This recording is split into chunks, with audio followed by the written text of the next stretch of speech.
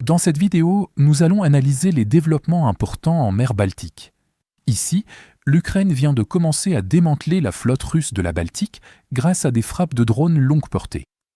Les cibles de ce coup dévastateur ont été les navires de guerre chargés de protéger les routes des pétroliers russes. Des images récentes montrent une attaque massive de drones ukrainiens atteignant au-delà de Saint-Pétersbourg, à plus de 1100 km de la frontière ukrainienne. Au cours de cette opération, les forces des systèmes sans pilote ukrainiennes ont frappé à 2 reprises une corvette russe alors qu'elle était en réparation dans un bassin de Radoub à Kronstad. Cette attaque est particulièrement remarquable car le navire est neuf et équipé des systèmes anti-navires, anti-sous-marins et de défense aérienne les plus récents. Ces capacités lui permettaient d'assurer l'escorte armée des pétroliers de la flotte Fantôme traversant la mer Baltique. Le moment choisi pour la frappe a également été embarrassant pour la Russie, puisque Saint-Pétersbourg accueillait un forum économique où Vladimir Poutine devait mettre en avant la force et la stabilité de l'économie russe. La raison pour laquelle les opérateurs de drones ukrainiens ont ciblé ce navire tient précisément à son rôle d'escorte des pétroliers appartenant à la flotte Fantôme russe à travers les eaux internationales, y compris la Manche.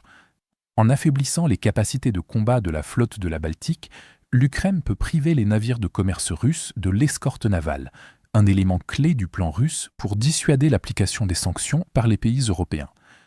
Avec le nombre limité de navires dont dispose la Russie pour remplir cette mission, chaque frappe réussie réduit encore davantage sa capacité à le faire.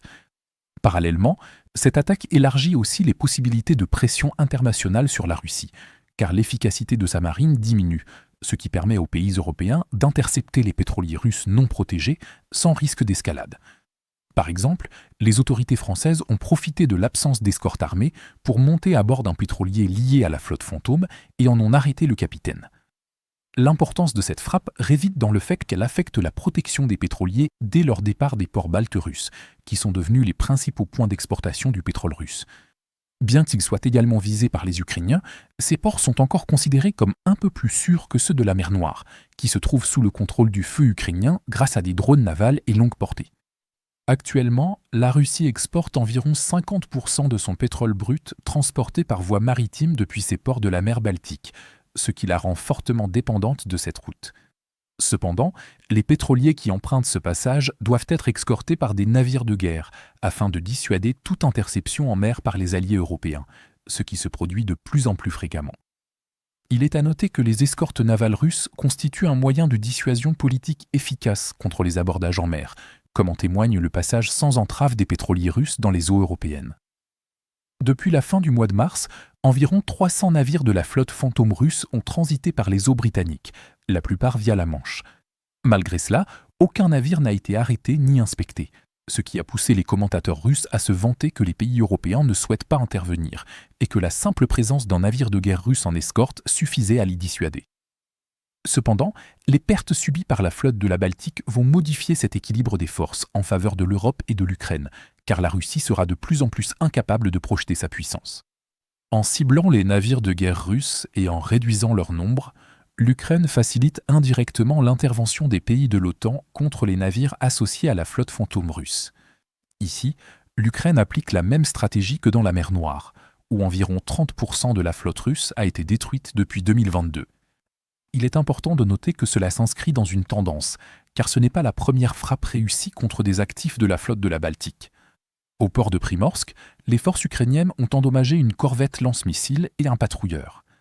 Lors d'une autre attaque, des drones ukrainiens ont frappé un brise-glace de patrouille, un navire polyvalent utilisé par le service des frontières du FSB qui combine des capacités militaires et des fonctions de brise-glace.